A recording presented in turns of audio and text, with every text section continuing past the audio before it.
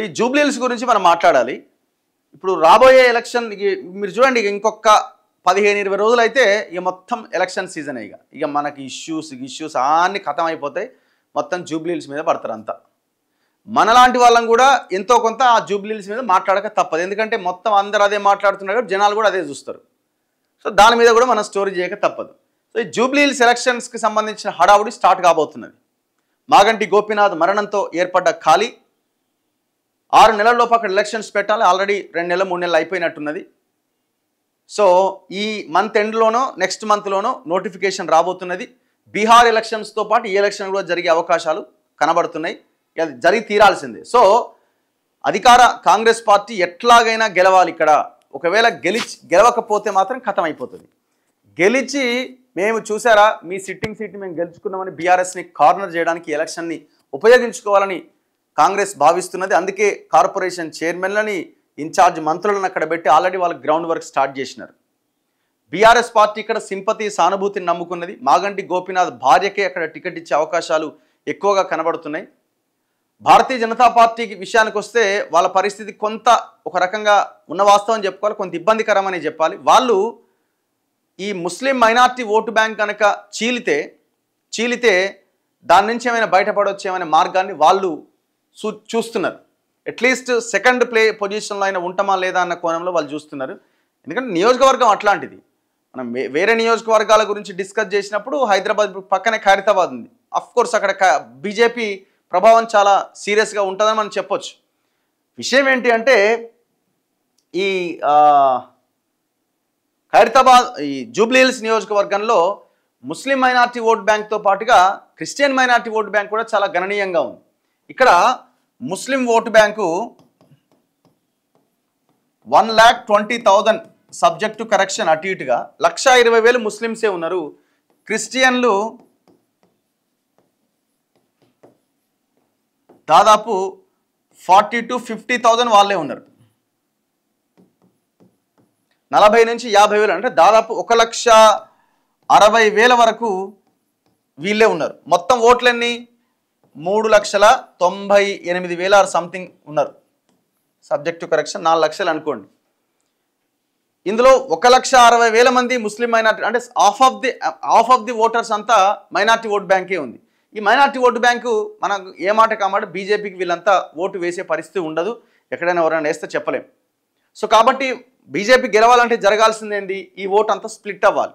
BRS కొన్ని పోవాలి, కాంగ్రెస్ కొన్ని పోవాలి, ఎంఐఎం కొన్ని పోవాలి. ఇట్లా ఓటు స్ప్లిట్ అవుతే హిందూ ఓటు బ్యాంక్ అంతా పోలరైజ్ అయితే అప్పుడు ఏమైనా అవకాశం ఉంటుంది. మరి ఇప్పుడున్న బీజేపీ బలాబలాలు, అధ్యక్షుడి ఎన్నిక, రామచంద్రరావు గారు, ఈ వ్యవహారం ఇదంతా రాజాసింగ్ అంశము ఇదంతా పెద్ద నడుస్తున్నది కదా, మరి అవకాశం ఉందా? అట్లా అన్ని పార్టీలో ఉందనుకోండి. ఇప్పుడు కాంగ్రెస్ అంటే కాంగ్రెస్ 2 ఏళ్ల పరిపాలన వ్యతిరేకత ఇవన్నీ కూడా ఆ పార్టీ ఖచ్చితంగా మైనస్ అవుతాయి. హైడ్రా ఎఫెక్టు జూబ్లీహిల్స్ లాంటి ప్రాంతంలో. సో ఇవన్నీ ఉన్నాయి. ఇక బీఆర్ఎస్కి వచ్చింది ఏంటంటే బీఆర్ఎస్ ఆ కుటుంబంలో ఉన్నటువంటి గొడవలే కవిత ఎపిసోడే వాళ్ళకి పెద్ద ఇదిగా మారింది. హైదరాబాద్లో వాళ్ళు మొన్న 2023 ఎలక్షన్లో రాష్ట్రం అంతా ఓడిపోయినా హైదరాబాద్లోనే వాళ్ళకున్న సీట్లండి దాదాపు 20కి పైన సీట్లు హైదరాబాద్లోనే గెలిచిరు వాళ్ళు. కోర్ హైదరాబాద్లో దాదాపు 16 స్థానాలు వాళ్ళకి వచ్చినాయి కోర్ హైదరాబాద్లో. సో కొంత బలం ఉన్నది వాళ్ళది. కానీ రాని 2 ఏళ్ల కాలంలో కాంగ్రెస్ అధికారంలోకి రావడం, దట్టు బీఆర్ఎస్ పార్టీలో గొడవలు, కవిత ఎపిసోడ్ ఇవన్నింటితో వాళ్ళంతా ఇబ్బందిగా ఉన్నారు. వాళ్ళు కేవలం ఇప్పుడు సానుభూతిని, సింపతినే నమ్ముకున్నారు. ఇగో జూబ్లీహిల్స్ మనదే, కాంగ్రెస్కి అనుకూలమని సర్వేలన్నీ చెబుతున్నాయి. అయినా ఉప ఎన్నికను తేలిగ్గా తీసుకోవద్దు. ఇక్కడ గెలుపుతో గ్రేటర్లోనూ బలపడతాం. విషయం ఏంటంటే 2026 ఫిబ్రవరి కల్లా జిహెచ్ఎంసీ ఎలక్షన్స్ రాబోతున్నాయి. సరే ఫిబ్రవరిలో జరుగుతాయా అంటే చూడాలి. ఎందుకంటే ఈ లోకల్ బాడీసే ఇంతవరకు జరగలే కాబట్టి తర్వాత మున్సిపల్స్ జరగాలి, దాని తర్వాత జిహెచ్ఎంసీ జరగాలి. మరి 2026 ఫిబ్రవరిలోనే జరుగుతాయా, ఇంకా డిలే అవుతుందా? డిలే అయ్యే అవకాశాలే ఉన్నాయి. ఏది ఏమైనా జూబ్లీహిల్స్ బై ఎలక్షను, దాని తర్వాత ఖైరతాబాద్ కూడా వచ్చే అవకాశం ఉంది, దానం నాగేందర్ది. సో దాని తర్వాత ఈ ఎలక్షన్స్ ఉన్నాయి, ఏది మన జిహెచ్ఎంసీ. సో ఇదంతా మరి జిహెచ్ఎంసీ కూడా చాలా ప్రాంతాలు జిహెచ్ఎంసీలో మెర్జ్ అయినాయి. ఇది ఒక మినీ సంగ్రామం కాబోతున్నది. ఆల్మోస్ట్ స్టేట్ ఎలక్షన్ లాగా చూడాలి. కాబట్టి ఈ జూబ్లీహిల్స్లో కనుక గెలవకపోతే ఇక మన పని అంతే అని కాంగ్రెస్ కూడా డిసైడ్ అయింది. భవిష్యత్తుకు ప్రోత్సాహకంగా ఉంటుంది. సానుభూతినే నమ్ముకున్న బీఆర్ఎస్ నగర అభివృద్ధికి ఆ పార్టీ చేసిందేమీ లేదు. హైదరాబాద్ అభివృద్ధిలో బీజేపీ పాత్రే లేదు. పార్టీ కేంద్రీకృతంగా ప్రచారం చేయండి, సంక్షేమ కార్యక్రమాలు ప్రజల్లోకి తీసుకెళ్లండి. జూబ్లీహిల్స్ ఉప ఎన్నికపై డివిజన్ ఇన్ఛార్జీల సమావేశంలో ముఖ్యమంత్రి రేవంత్ రెడ్డి నిర్ణయం.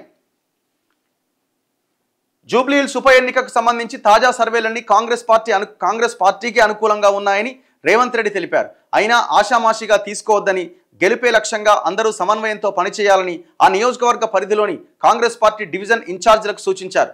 జూబ్లీహిల్స్లో గెలుపుతో గ్రేటర్ హైదరాబాద్ పరిధిలో కూడా కాంగ్రెస్ పార్టీ బలపడుతుంది.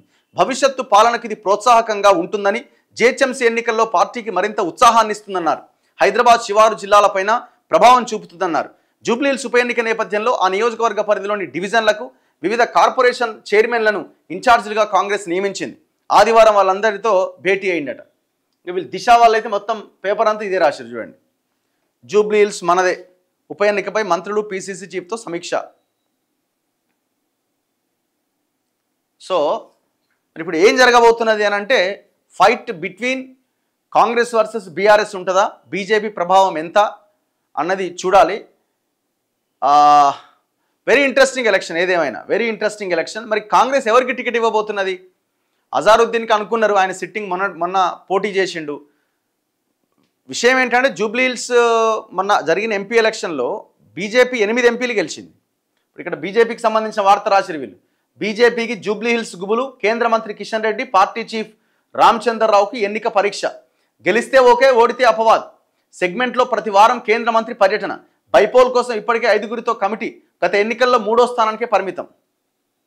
కాంగ్రెస్ ఏమో ఎవరికి టికెట్ ఇస్తున్న దాని మీద డిపెండ్ అయి ఉన్నది. అజారుద్దీన్కి ఆల్రెడీ ఎమ్మెల్సీ ఇచ్చారు కాబట్టి ఆయనది అయిపోయింది, సిట్టింగ్. ఆయన మొన్న పోటీ చేసిండు ఆయన. మరి ఇప్పుడు ఎవరికి ఇవ్వబోతున్నారు? నవీన్ యాదవ్ పేరు వినబడుతున్నది. బీసీ యాదవ సామాజిక వర్గం, అక్కడ బలంగా ఉన్న సామాజిక వర్గం. ఆయన గతంలో ఎంఐఎం వాళ్ళతో ఆయనకు సంబంధాలు ఉన్నాయి. సో ఇవన్నీ కోణంలో ఆయనకి టికెట్ ఇచ్చే అవకాశం ఉందన్నది ఒక చర్చ. అందులో గతంలో 2 సార్లు పోటీ చేసిండు. ఒకసారి ఎంఐఎం తరపున, ఒకసారి ఇండిపెండెంట్గా పోటీ చేసి ఓడిపోయిండు. తర్వాత కాంగ్రెస్లోకి వచ్చిండు. బొంతు రామ్మోహన్ పేరు వినబడుతున్నది. ఆయన కూడా ఈ గణేష్ మండపాలు ఇవన్నీ తిరుగుతున్నాడు అని అంటున్నారు. మరి ఆయనకి ఇస్తారా, ఈయనకి ఇస్తారా? నవీన్ యాదవ్ పేరు ఎక్కువగా వినబడుతున్నది. ఇంకా వేరే ఆప్షన్ ఏమైనా ఉందా? ఎందుకంటే ముస్లింలు దాదాపు 1,20,000 ఉన్నారు, క్రిస్టియన్స్ దాదాపు 50,000 ఉన్నారు. మరి ముస్లింల నుంచి ఎవరికైనా అవకాశం ఉందంటే అది కనబడట్లేదు పెద్దగా. ఎంఐఎం మరి ఇండిపెండెంట్గా పోటీ చేస్తుందా, లేకపోతే కాంగ్రెస్కి మద్దతు ఇస్తుందా? అది కూడా బిగ్ పాయింటే అది కూడా. సో ఇవన్నీ కాంగ్రెస్ గెలుపు ఓటముల మీద ఆధారపడి ఉన్న అంశాలు.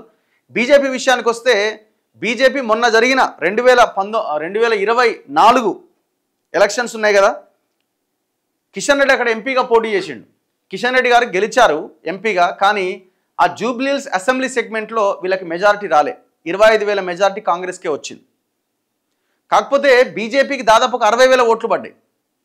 మరి ఎంపీ ఎలక్షన్స్ బేస్ చేసుకొని కనుక ఓట్లు పడితే బీజేపీ అవకాశం ఉండొచ్చు. కానీ ఆ పరిస్థితి ఉంటుందా?